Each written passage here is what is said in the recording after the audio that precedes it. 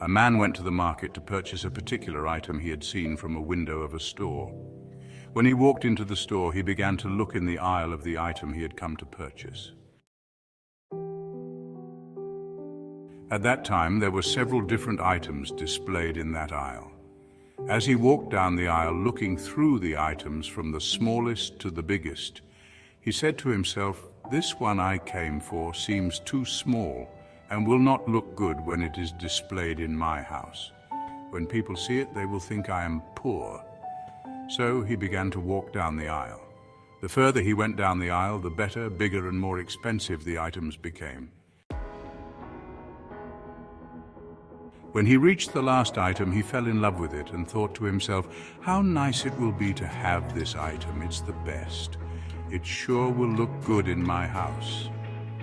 And when people see it, they will be envious and will surely know that I can afford the best that is available in the market."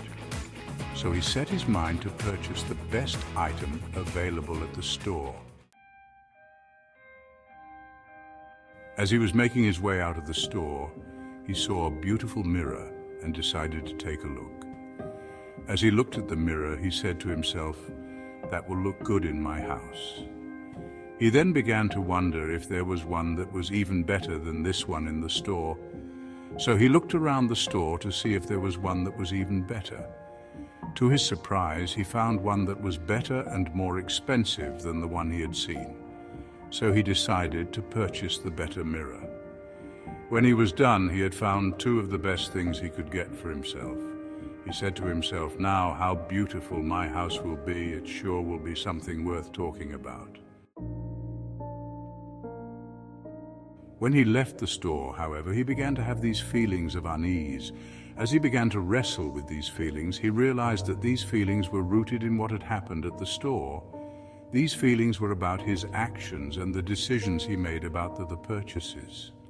He couldn't understand why he was feeling all this grief as if he had done something wrong.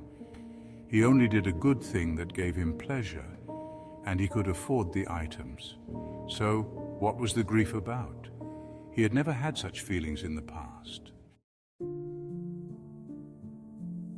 As he was wrestling with this, he began to search his heart for the motives and source of the way things happened as he was at the store. Suddenly a thought came over him as he began to remember a scripture about the two brothers in the scriptures, James and John, and how they wanted the best seats in heaven that were next to Jesus. How the Lord rebuked it, and it was not a sign of servanthood and humility. Mark chapter 10, verses 34 to 37, which reads as follows. Then James and John, the sons of Zebedee, came to him. "Teacher," they said, "we want you to do for us whatever we ask." "What do you want me to do for you?" he asked. They replied, "Let one of us sit at your right and the other at your left in your glory." Mark chapter 10, verses 43 to 44. Not so with you. Instead, whoever wants to become great among you must be your servant, and whoever wants to be first must be slave of all. He began to remember the warnings of the Apostle Paul concerning living in the flesh instead of living by the Spirit. Galatians chapter 10, verses 24 to 26 says, "And those who are Christ's have crucified the flesh with its passions and desires. If we live in the Spirit, let us also walk in the Spirit. Let us not become conceited, provoking one another, envying one another." He began to remember that John alerted Christians to the greed and wants of the lustful eye and flesh and pride of life. 1 John chapter 2, verses 15 to 17 says, "Do not love the world or the things in the world. If anyone loves the world, the love of the Father is not in him. For all that is in the world, the lust of the flesh, the lust of the eyes, and the pride of life, is not of the Father, but is of the world.